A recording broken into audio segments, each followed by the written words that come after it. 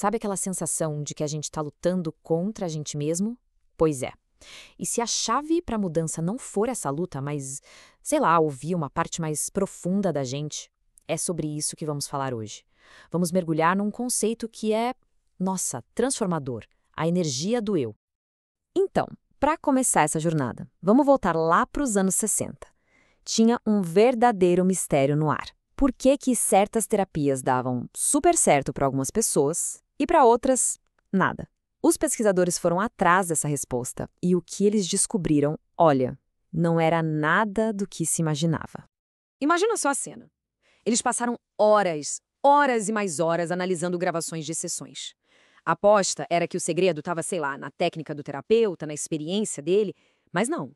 O X da questão, o fator que fazia toda a diferença, estava em outro lugar. Um lugar bem inesperado. E a grande sacada foi essa aqui. A diferença estava no jeito de falar. As pessoas que realmente avançavam na terapia não ficavam só no campo do eu acho que. Elas falavam a partir de um outro lugar. Elas sentiam os problemas. Era uma fala que vinha do corpo, sabe? Uma intuição e não só daquela lógica da mente racional. Era exatamente esse tipo de frase. Eu sinto que é assim, algo em mim me diz. Essa linguagem mostrava uma conexão com o que os pesquisadores chamaram de percepção biológica, que, no fundo, é o quê? É a sabedoria do nosso corpo. Uma coisa que todo mundo tem, mas que, na correria, a gente acaba esquecendo como ouvir. Pois é, esse mistério todo acabou revelando uma pista incrível. Existe uma parte muito poderosa e intuitiva dentro da gente, só esperando para ser ouvida. Mas, afinal, que parte é essa e como é que ela funciona? Bom, essa tal parte oculta é a grande resposta. É o que a gente chama de a energia do eu. Vamos tentar entender o que é o eu. Pensa nele como o nosso núcleo, sabe? Aquela essência mais profunda e autêntica. É a parte da gente que está sempre ali, calma, presente, mesmo quando o mundo está desabando. Não importa o que aconteça na vida, essa parte, ela não se quebra, ela continua inteira. E o mais legal é que quando a gente se conecta com esse eu, a gente acessa um monte de recursos internos que são fantásticos. É como se fosse a nossa fonte natural de compaixão, de curiosidade, de calma, clareza. Tudo isso já está lá dentro. Para ficar mais fácil de visualizar isso, tem uma analogia que é ótima. Imagina que a nossa mente não é uma coisa única, sabe? Uma voz só. Pensa nela mais como uma cabeça de ar. Nessa analogia, cada sentimento, cada pensamento, cada memória é como um dente de alho, uma parte da gente. E o eu?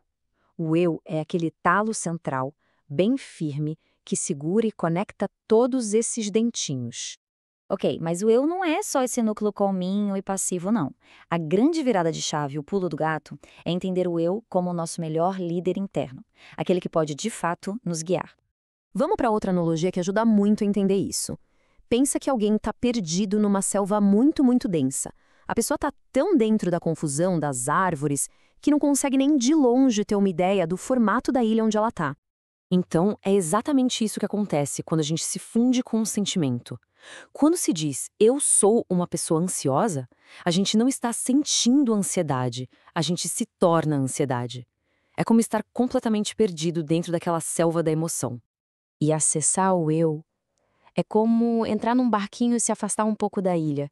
De repente, ufa, a gente ganha perspectiva. Dá para olhar para a selva da ansiedade, entender ela, mas sem estar mais sufocado lá dentro.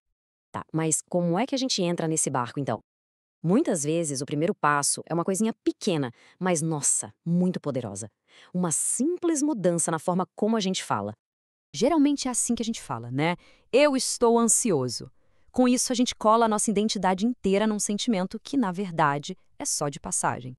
Agora, olha só a mágica dessa pequena troca de palavras. Quando se fala uma parte de mim está ansiosa, pronto. Na hora, uma coisa incrível acontece. A gente cria espaço. A ansiedade deixa de ser o todo.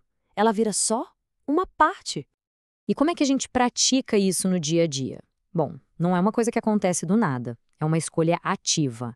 Começa com a intenção, sabe? A decisão de fazer uma pausa, de olhar para dentro, mas com curiosidade, sem ficar se julgando.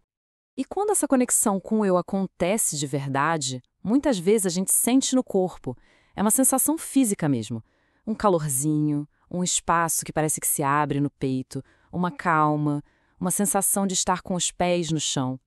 E aí, quando a gente começa a operar mais a partir desse lugar da energia do eu, a conversa interna, nossa, ela muda completamente. A gente passa a ouvir as nossas próprias partes com mais compaixão. Olha que dado impressionante. Estima-se que a gente passe cerca de 80% do nosso tempo mental ou remoendo o passado ou preocupado com o futuro. 80%! É muito tempo vivendo fora do agora, né? O eu funciona justamente como essa âncora no presente. Estando nesse lugar, a gente consegue olhar para as dores do passado, planejar um futuro, mas sem ser sequestrado por ele, sabe? O eu vira esse espaço seguro para a gente poder lidar com tudo isso.